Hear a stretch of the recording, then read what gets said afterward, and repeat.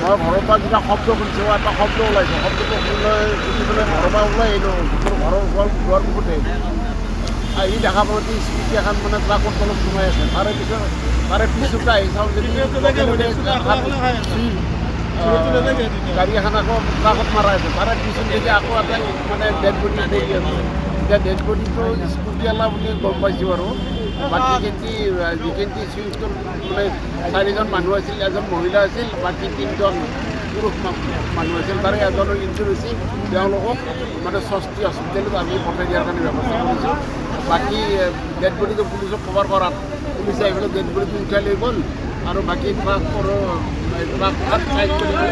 পুলিচৰ দ্বাৰা ট্ৰাকখন চাইড কৰিছে আৰু চুইফ্টখন পৰি আছে এতিয়া কি কৰে পুলিচৰ এইটো ব্যৱস্থা কৰিব এইখিনি ক'ৰ মানুহ গম পাইছে নে কিবা মানুহজন ক'ৰ আমি গম পোৱা নাই এতিয়ালৈকে মই গম পোৱা নাই মানুহজন ক'ৰ বাকী যিকেইটা চুইফ্টখন আছিল সেইকেইটা মানুহ বানে গৈছিল নলবাৰী বানে গৈছিল তেওঁলোকৰ অন্তিম ঘৰ বানে গৈছিল গুৱাহাটীৰ পৰা বিহু খাব আহিছিল বিহু খাই ঘৰৰ পৰা গুৱাহাটী আকৌ যাওঁতে মানে এই ঘটনাটো এইটো ঘটনা হৈছে এজন মাৰা গৈছে এজন মাৰা গৈছে স্কুটিৰ মানুহজনে মাৰা গৈছে হয় বহুত কিন্তু মানে চুইফ্টখনত থকা মানুহ এজনৰ মৰা নাই খালি এজনৰ ইনজুৰ হৈছে তেওঁ ষষ্ঠী হস্পিটেলত আমি পঠাই দিছোঁ